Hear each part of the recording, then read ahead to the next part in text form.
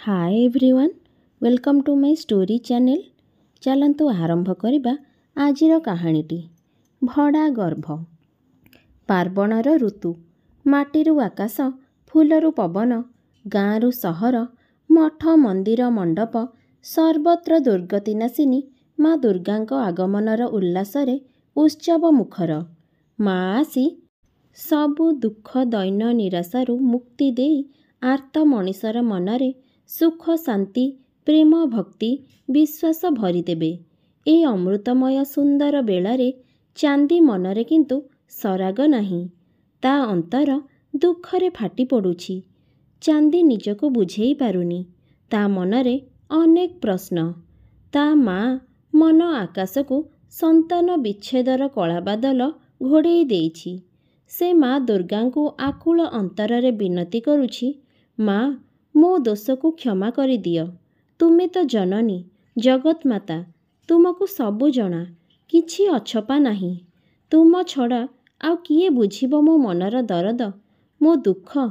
वर्षक परे आजि गाँ को फेरुथिबा चांदी अन्य मनस्क होई हजि जाउछि निज अतीतर स्मृतिरे।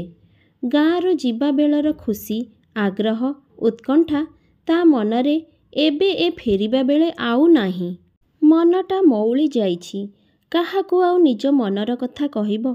सबु दुखकू से मने मने माँ दुर्गा को जणैला। से माँ ही बुझी पारंती सबु मनर वेदना। निज भूल ठीक को विवेकर तराजुरे मापी माँक निकटरे निर्भୟରେ प्रकाश करुछि चांदी। परिवारर आर्थिक समस्या को दूर करिबा पाई मु मो स्वामीक कथारे एकमत होई निजर गर्भ को भड़ा देबाकू राजी होइथिली। संतान सुखरू वंचित गोटे परिवार को संतानर सुख मिलिबो एवं ता बदलरे अर्थ रोजगार करी मो परिवार मुहरे टिके हस देखिबी बोली ए पदक्षेप नेली। नाम नथिबा गोटे बंधनरे बांधी होईगली। एबे जन्म देई छाड़ी आसीथिबा से संतान को मु भूलिबी किपरि। विश्वास हेउनी जे निज गर्भरू जन्म देइथिबा से शिशुटी को आउ केबे भेटी पारिबिनी बोली। ता ठिकणा मो पाई सबुदिन अजणा होई रहीगला। भाभी पारि नथिली अन्यर संतान को 9 मास गर्भरे धारण करिबा भितरे ता प्रति मोर एते मोह आसीजिबो बोली। सबु कष्ट जंत्रणा को आखि बुझी सहिछि। मातृत्वर मोह ओ दुर्बलता को अणदेखा करी किपरि बंचिबी। आखिरु झरी पड़ुथिला धार धार लुह। स्वामी को लुचेइबाकू जाई साढ़ी कानीरे मुह पोछिला चांदी। ता उदासिया नीरवता को भांगिबा पाई पवना कहिला, देखिलु चांदी, ए रास्तारे केते नुआ दुकान बजार, बड़ बड़ महल होई गलानी। बाट चिन्हि पारुछु? मु न आसीथिले तू एका आसे गाँरे पहुँची न पारी कुआडे हजि जाई थांतुलो। निरुत्तर रहिला चांदी। मने मने भाबिला, आगरू एमिति आउ केते थर गाँरू सहर को जाइथिला जे से। एई वर्षक तले जहा 2 थर जाइछि, ता पुणी सेई दलाल जरियारे। सेई दंपतिंक भ्रूण को निज गर्भाशୟରେ स्थान देबा पूर्वरु आवश्यकीय डाक्तरी परीक्षा करिबा पाई थरे से सहर को जाइथिला। परीक्षणरे सफल हेला परे द्वितीय थर आईन अनुजाई किछि कागजपत्र करिबाकू ओकिलंक पाखकू जाइथिला। कोर्टरे कागज काम सारी से दलाल सहित जाइथिला जे एबे संतान प्रसव करी से दंपति को तांको संतान को हस्तांतर करी भंगा हृदय फेरी आसुची। शरीरर क्षत ठारू मनर क्षत ताकू दुर्बल करी देइछि। शरीरर क्षत भरीजिव किंतु मनर क्षत भूलिबा असंभव। आखिरे छुआटीर मुह रही रही नाची जाउछि। छुआटी को तार बापा ओ माँ नेला बेले से बड़ विकल होई कहिथिला, ताकू टिके मो हातरे दियंतु, शेष थर पाई मन भरी आखि पुरेई देखिबी। शिशुटी ता कोलरू विदाय नेला बेले तार कांद को सही न पारी लुह छल छल आखि को बंद करी मुह बुलेई शोइबा अभिनय कला चांदी। साई भाई पड़िशा समस्ते जानती सहर रे जणे कोटिपति बाबूंक घरे आया होई पिलांक जत्न नेबाकू से सहर को जाइछि। भड़ाटिया माँ हेबा कथाटाकू केही कौन सहजरे ग्रहण करि पारिबो? रास्तारे गाड़ीटा जेते आगकू माड़ी जाउथिला ଚାନ୍ଦି ସେତିକି ଅତୀତକୁ ଫେରି ଫେରି ଯାଉଥିଲା। ଗାଁରୁ ଯାଇ ସହରରେ ରହିଲା ପରେ ପ୍ରଥମେ ତାକୁ ବଡ଼ ଅଡ଼ୁଆ ଲାଗୁଥିଲା। ସେ ଗାଉଁଲି ମଣିଷ। ସହରର ନୂଆ ପରିବେଶ, ନୂଆ ଅନୁଭୂତି ତାକୁ ସହଜ ଲାଗୁନଥିଲା। ଗର୍ଭକୁ ଏମିତି ଭଡ଼ାରେ ଦିଆଯାଇପାରେ ତାର ଜମା ଧାରଣା ନଥିଲା। ପବନା ବୁଝାଇଥିଲା ଯେ ଏହାଦ୍ୱାରା ସତୀତ୍ୱ ନଷ୍ଟ ହୁଏ ନାହିଁ। କୌଣସି ପୁରୁଷ ସହିତ ସମ୍ପର୍କ ନ ରଖି ସେ ମା ହେବ, ଭଡ଼ାଟିଆ ମା। ସ୍ୱାମୀ କଥାରେ ବାଧ୍ୟ ହୋଇ ରାଜି ହେଲା ଚାନ୍ଦି। ତାର ଏତିକି ତ୍ୟାଗ ବଳରେ ଯଦି ଗୋଟେ ଦମ୍ପତିଙ୍କ ଜୀବନରେ କିଛି ଆନନ୍ଦର ମୁହୂର୍ତ୍ତ ଆସିବ, ତାହେଲେ ସେ କାହିଁକି ଅରାଜି ହେବ?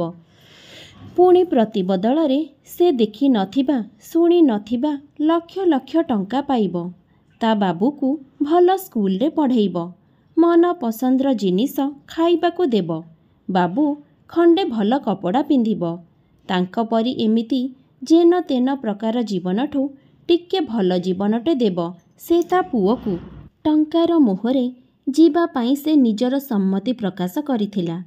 ଗର୍ଭରେ ଭ୍ରୂଣ କୁରୋପଣ କରିବା ପୂର୍ବରୁ ଏବଂ ଗର୍ଭଧାରଣ ପରେ ତାର ଖାଦ୍ୟପେୟ, ଚିକିତ୍ସାର ସମ୍ପୂର୍ଣ୍ଣ ଯତ୍ନ ନିଆଯାଉଥିଲା। ଚାନ୍ଦି ପାଇଁ ବ୍ୟକ୍ତିଗତ ଡାକ୍ତର, ନର୍ସ ଓ ପରିଚାରିକା ନିଯୁକ୍ତ ହୋଇଥିଲେ। ତା ପାଟିରୁ କଥା ପଦେ ବାହାରିଲେ ସାଙ୍ଗେ ସାଙ୍ଗେ କାମ ହେଉଥିଲା। ଅଭିନେତ୍ରୀମାନଙ୍କ ପରି କେତେ ରଙ୍ଗ ବେରଙ୍ଗ ପୋଷାକ ପିନ୍ଧୁଥିଲା ସେ। ଏମିତି ସୁସ୍ୱାଦୁପୂର୍ଣ୍ଣ ରୁଚିକର ଖାଦ୍ୟ, ସ୍ୱାସ୍ଥ୍ୟକର ବ୍ୟଞ୍ଜନ କେବେ ଖାଇନଥିଲା। ପ୍ରଥମେ ସେ ଖାଦ୍ୟ ତାକୁ ରୁଚୁନଥିଲା। ଗାଁରେ ତାର ନିତିଦିନର ଖାଦ୍ୟ ଥିଲା ଭାତ, ମୁଗ କି କୋଳଥ ଡାଲି, ସଜନା ଶାଗ, ଆମ୍ବୁଲ, କଞ୍ଚା ପିଆଜ, ବାରସୁଣ କଞ୍ଚାଲଙ୍କା। କେବେ କେଜାଣି ଦିନେ ଅଧେ ମାଛ, ମାଂସ ବା ପନିପରିବା ତା ପାଟିରେ ବାଜୁଥିଲା। ସେଇଥିରେ ସେ ସନ୍ତୁଷ୍ଟ ଥିଲା। ଇଚ୍ଛା ଥାଉ କି ନଥାଉ, ରୁଚୁ କିମ୍ବା ନ ରୁଚୁ, ସେ ନା ଜାଣିନଥିବା ନାନା ରକମର ବିଲାତି ଖାଦ୍ୟ ଖାଉଥିଲା। ଆରାମରେ ଶୋଇ ବସି ସୁମଧୁର ଗୀତ ଶୁଣୁଥିଲା। ପୁଣି ସମୟ କାଟିବା ପାଇଁ ସେ ଗୀତ ସବୁକୁ ଗୁଣୁଗୁଣୁ ହୋଇ ନିଜେ ଗାଉଥିଲା। ସେ ବଞ୍ଚି ଆସିଥିବା ଜୀବନ ବାଦେ ଏମିତି ଆଉ ଗୋଟେ ଜୀବନ ଅଛି ବୋଲି ଚାନ୍ଦି କେବେ ବି କଳ୍ପନା କରିପାରୁନଥିଲା। ମନକୁ ମନ ପ୍ରଶ୍ନ କରୁଥିଲା, ସଂସାରରେ ଏ ଧନୀ ଗରିବ ଶ୍ରେଣୀ ଭେଦ କାହିଁକି? ଜଣେ ଏତେ ସୁଖ ସୁବିଧା ଭିତରେ ଜୀବନ ଅତିବାହିତ କଲାବେଳେ ଆଉ ଜଣେ ଦୈନ୍ୟତା, ଅଭାବ ବୋଧ ଭିତରେ ସଂଘର୍ଷ କରି ବଞ୍ଚେ କ'ଣ ପାଇଁ? ଯେମିତି ସେ ବଞ୍ଚିଛି। ତା ଅଭାବୀ ସଂସାରକୁ ଟିକେ ସ୍ୱଚ୍ଛଳ କରିବା ପାଇଁ ତା ଗର୍ଭକୁ ଭଡ଼ାରେ ଦେଇ ନିଜ ପୁଅ ସ୍ୱାମୀଙ୍କଠାରୁ ଦୂରରେ ଅଛି। ସେମାନଙ୍କଠାରୁ ଏମିତି ଦୂରରେ ରହିବା ତାକୁ ଆଘାତ ଦିଏ। ଅନେକ ସମୟରେ ଖାଦ୍ୟ ପାଟିରେ ପୁରାଇଲା ବେଳେ ତାର ଛାଡ଼ି ଆସିଥିବା ପୁଅ ବାବୁର କଥା ମନେ ପଡ଼ିଯାଏ। ମୁଁ ଏଠି ଏତେ ସୁସ୍ୱାଦୁ ଖାଦ୍ୟ ଖାଇଲା ବେଳେ ମୋ ପୁଅ କ'ଣ ଖାଉଥିବ କେଜାଣି? ଆଖିରେ ଲୁହ ଆସିଯାଏ। ଦିହ ବୁଲାଇ ପକାଏ। ସେ ଖାଦ୍ୟ ତା ତଣ୍ଟିରେ ଗଳେନି। ପୁଣି ନିଜକୁ ସମ୍ଭାଳି ନିଏ। ଯେତେବେଳେ ପବନା ପଇସା ପାଇ ଫୋନ୍ କରେ, ବାବୁ ପାଇଁ ଡ୍ରେସ୍, ଖେଳନା କି ସାଇକେଲଟେ କିଣି ଦେଇଛି, ବାବୁ ଭଲ ସ୍କୁଲରେ ପଢ଼ିବ, ତା ନାଁ ଲେଖା ହେଲାଣି, ପବନା ଗାଡ଼ିଟେ କିଣି ଭଡ଼ା ଦେଇ 2 ପଇସା ଭଲ ରୋଜଗାର କରୁଛି, ଏମିତି କିଛି ଭଲ ଖବର ଯେଉଁଦିନ ପାଏ, ସେଦିନ ତା ମନ ବହୁତ ଖୁସି ହୁଏ। ମନକୁ ବୁଝେଇ ଦିଏ ଏ ଅଜ୍ଞାତବାସ ତାର ସରିଯିବ। ଗୋଟେ ବର୍ଷ ଚାହୁଁ ଚାହୁଁ ଶେଷ ହୋଇଯିବ। ଛୁଆକୁ ଜନ୍ମ ଦେଇ ତା ପ୍ରାପ୍ୟ ନେଇ ସେ ଉଡ଼ିଯିବ ପକ୍ଷୀଟିଏ ପରି ନିଜ ଗାଁକୁ ସବୁଦିନ ପାଇଁ। କ୍ରମଶଃ ଗର୍ଭରେ ଶିଶୁଟିର ଆକାର ବୃଦ୍ଧି ପାଇବା ସହିତ ମାତୃଗର୍ଭର ଆକାର ମଧ୍ୟ ବୃଦ୍ଧି ପାଇଲା। ସେ ଅନୁଭବ ତାକୁ ସୁଖ ଦେଲା। ପୂର୍ବରୁ ବାବୁ ଜନ୍ମର ସମସ୍ତ ଅନୁଭୂତି ତାଜା ହୋଇ ପୁଣି ଥରେ ଚେଇଁ ଉଠିଲା। ମାତୃତ୍ୱର ଅନୁଭୂତି ସ୍ୱତନ୍ତ୍ର। ପିଲାଟା ଯେତେବେଳେ ତା ପେଟ ଭିତରେ ଭିଡ଼ିମୋଡ଼ି ହେଲା, ଉପର ତଳ ହୋଇ ଖେଳିଲା, ତା ଆନନ୍ଦର ସୀମା ରହିଲା ନାହିଁ। ଏବେ ସେ ସବୁ ଭୁଲିଗଲା। ପେଟରେ ହାତ ବୁଲାଇ ଛୁଆ ସହିତ କଥା ହେଲା। ମମତାର ବନ୍ଧନରେ ବାନ୍ଧି ହୋଇଗଲା। ଭୁଲିଗଲା ଯେ ଏ ଶିଶୁଟି ଯେତେଦିନ ପର୍ଯ୍ୟନ୍ତ ତା ଗର୍ଭରେ ଅଛି, ସେତେଦିନ ଯାଏ ତା ଉପରେ ତାର ଅଧିକାର ଅଛି। ଥରେ ଗର୍ଭରୁ ବାହାରି ନୂଆ ଦୁନିଆର ନୂତନ ଆଲୋକ ଦେଖିବା ମାତ୍ରେ ତାର ସମସ୍ତ ଅଧିକାର ଶେଷ ହୋଇଯିବ। ଗାଡ଼ିଟି ଜୋରରେ ବ୍ରେକ୍ ଦେଇ ଅଟକିଗଲା। ଚାନ୍ଦି ଭାବନା ରାଇଜରୁ ଫେରି ପ୍ରକୃତିସ୍ଥ ହେଲା। ଲମ୍ବା ରାସ୍ତା ଶେଷ ହୋଇ ଏବେ ସେ ଗାଁରେ ପହଞ୍ଚିଗଲାଣି। ଗାଡ଼ିରୁ ଓହ୍ଲେଇ ଆଶ୍ଚର୍ଯ୍ୟ ହୋଇଗଲା। ପଡ଼ାଟା ଯାକର ସ୍ତ୍ରୀ ପୁରୁଷ ଛୋଟରୁ ବଡ଼ ପର୍ଯ୍ୟନ୍ତ ପିଲା ସବୁ ରୁଣ୍ଡ ହୋଇଛନ୍ତି ତାକୁ ଦେଖିବା ପାଇଁ। ସତରେ ଏମାନେ ସମସ୍ତେ କେତେ ଭଲ ପାଆନ୍ତି ତାକୁ। ତାଙ୍କରିମାନଙ୍କ ଭରସାରେ ତ ସେ ତା ପୁଅ ବାବୁକୁ ଛାଡ଼ି ଯାଇଥିଲା।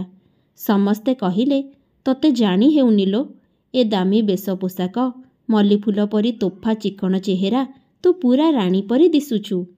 ବିନୁ ବଡ଼ମା ଆଖିରୁ କଳା ଟିକେ ତା ଗାଲରେ ଲଗେଇ ଦେଇ କହିଲେ, କାହାର ନଜର ନ ଲାଗୁ। ସମସ୍ତଙ୍କୁ ଜୁହାର କରି ସେ ଘର ଭିତରକୁ ପଶିଲା। ଆଖି ଖୋଜିଲା ବାବୁକୁ। ଏତେ ଭିଡ଼ ଭିତରେ ବାବୁକୁ ତ ସେ ପାଉନି। କୁଆଡ଼େ ଗଲା ତା ବାବୁ? ଡାକ ଦେଲା ବାବୁକୁ। ଇଏ କ'ଣ? ବାବୁ ବାରଣ୍ଡାରେ ମୁହଁ ତଳକୁ କରି ବସିଛି। ଉଁ ନାହିଁ କି ଚୁଁ ନାହିଁ। କିଏ ଆସିଲା ଗଲା ସେଥିପ୍ରତି ଯେମିତି ନିଘା ନାହିଁ ତା'ର। ଅଭିମାନ ଦୁଃଖ ନା ରାଗରେ ସେ ଏତେ ନୀରବ? ବୁଝିପାରିଲା ନାହିଁ ଚାନ୍ଦି। ପେଟର ସବୁ ଯନ୍ତ୍ରଣା ଭୁଲି ଦୌଡ଼ି ଗଲା ପୁଅ ପାଖକୁ। ସେଠାରୁ ଖଣ୍ଡେ ଦୂରକୁ ଉଠି ଚାଲିଗଲା ପୁଅ ବାବୁ। ଯେମିତି ସେ ଚାନ୍ଦିକୁ ନୂଆ ହୋଇ ଭେଟୁଛି। ଚାନ୍ଦି ପ୍ରତି ତା'ର ବିଶେଷ ଆଗ୍ରହ ନାହିଁ। ତଥାପି ଚାନ୍ଦି ତାକୁ କୋଳକୁ ଭିଡ଼ି ଆଣିଲା। ଆରେ ଧନ, ମୋର କହି। ବାବୁ ରାଗରେ ତା ହାତଟା ଛିଞ୍ଚାଡ଼ି ଦେଇ କହିଲା, ଥାଉ, ସେ ଆଦର ମୋର ଆଉ ଦରକାର ନାହିଁ। ଚାନ୍ଦି ବାବୁ ମୁଣ୍ଡକୁ ଆଉଁସି ଦେଇ କହିଲା, କାହିଁକିରେ ଧନ ଏତେ ଅଭିମାନ କରିଛୁ? ମା ଉପରେ କେହି କ'ଣ ଏତେ ରାଗିପାରେ? ବାବୁ କହିଲା, ସେତିକି ଥାଉ, ମା ନା ଆଉ କିଛି। ମୁଁ ଏକା ଏକା ତୁମ ବିନା ରହିବା ଶିଖିଗଲିଣି। ତୁମେ ଛାଡ଼ିଗଲା ବେଳେ ମୁଁ ଖୁବ୍ ଡରୁଥିଲି। ସେତେବେଳେ ଥରେ ଭାବିଲ ନାହିଁ ଯେ ତୁମ ବିନା ମୁଁ କେମିତି ଏକା ରହିପାରିବି ବୋଲି? ଯେବେ ମୋତେ ଜ୍ୱର ହୋଇ ମୁଁ ବିଳିବିଳେଇ ହୋଇ ମା ମା ବୋଲି ଚିତ୍କାର କରି ଖୋଜୁଥିଲି, ସେତେବେଳେ ତମକୁ ପାଉନଥିଲି। ତୁମକୁ ଖୋଜୁ ଖୋଜୁ ତୁମ ବିନା ମୁଁ ରହିବା ଶିଖିଗଲି। ଚାନ୍ଦି ଆଉ ଚୁପ୍ ରହିପାରିଲା ନାହିଁ। କାନ୍ଦ କାନ୍ଦ ହୋଇ କହିଲା, ମୋର ଦୋଷ କ'ଣ ରେ ଧନ? ମୁଁ ଯାହା କରିଛି ତୋ ଖୁସି, ଆମ ପରିବାରର ଖୁସି ପାଇଁ କରିଛି। ଏବେ ସତ କହୁଛି, କଥା ଦେଉଛି, ଆଉ ତତେ ଛାଡ଼ି ମୁଁ ଜମା ଯିବିନି। ଭାବେନି ଯେ ତତେ ଛାଡ଼ି ମୁଁ ଖୁସିରେ ଥିଲି। ତୋ ବିନା ସେଠି ପ୍ରତି ମୁହୂର୍ତ୍ତ ମୋ ପାଇଁ ଯୁଗଟିଏ ପରି ଥିଲା। ତୋ ବିନା ତୋ ମା ଯେ ଖାଲି ରକ୍ତ ମାଂସର ଶରୀରଟେ, ସେ କଥା ତୁ ବୁଝିପାରିବୁ ନାହିଁ ରେ ଧନ। ବାବୁ ବୁଝୁଥିଲା କି ନାହିଁ କେଜାଣି, କିନ୍ତୁ ନୀରବ ଥିଲା। ପବନା ଚାନ୍ଦିର ଆଖିରୁ ଲୁହ ପୋଛି ଦେଇ ହାତ ଧରି ଉଠେଇ ନେଇ କହିଲା, ଥାଉ, ତାକୁ ଏବେ କିଛି କହନି। ତୁ ଲୁଗାପଟା ବଦଳେଇ ଦେ, ଦିଟା ଖାଇ ଟିକେ ବିଶ୍ରାମ କର। ଆସ୍ତେ ଆସ୍ତେ ସବୁ ଠିକ୍ ହୋଇଯିବ। ପିଲାଟା କେତେ ସମୟ ଅଭିମାନ କରିବ ଯେ, ବଳେ ବୁଝିଯିବ। ପୁଅକୁ ଛାତି ଉପରକୁ ଭିଡ଼ି ନେଇ ସେ ବୋକ ପରେ ବୋକ ଦେଇ ଚାଲିଲା। ଗୋଟେ ବର୍ଷ, ଗୋଟେ ଯୁଗ ଛାତିରେ ପଥର ଲଦି କଟେଇଛି ସିଏ। କିଏ ବୁଝିବ ତା ମା ମନକୁ? କେଜାଣି, ବୁଝିଲେ ବୁଝିବେ ମା ଜଗଦମ୍ବା, ନହେଲେ ବୁଝିପାରିବ ଏ ଧରିତ୍ରୀ, ଯିଏ ନିଜର କୋଟି କୋଟି ସନ୍ତାନକୁ ଛାତିରେ ସାଇତି ରଖିଛି। କେତେ ଝଡ଼ ଝଞ୍ଜା, ଖରା ବର୍ଷା ଶୀତକୁ ସହି ମା'ର ମନ ସିନ୍ଦୁକରେ ସାଇତା ହୋଇ ରହିଥିବା ତା ସନ୍ତାନମାନଙ୍କର ହସ କାନ୍ଦ, ସୁଖ ଦୁଃଖ, ଖେଳ କୌତୁକର ସ୍ମୃତି ସୁନା ରୂପା ମୋତି ମାଣିକ ଠାରୁ ଯେ କେତେ ଅଧିକ ମୂଲ୍ୟବାନ, ସେ କଥା ଜଣେ ମା ହିଁ ଅନୁଭବ କରିପାରେ। ସାଙ୍ଗମାନେ, ଆଜିର କାହାଣୀଟି ବାବଦରେ ଆପଣମାନଙ୍କର ବହୁମୂଲ୍ୟ ମତାମତ କମେଣ୍ଟ କରି ନିଶ୍ଚୟ ଜଣାଇବେ। ରହୁଛି, ନମସ୍କାର, ଜୟ ଜଗନ୍ନାଥ।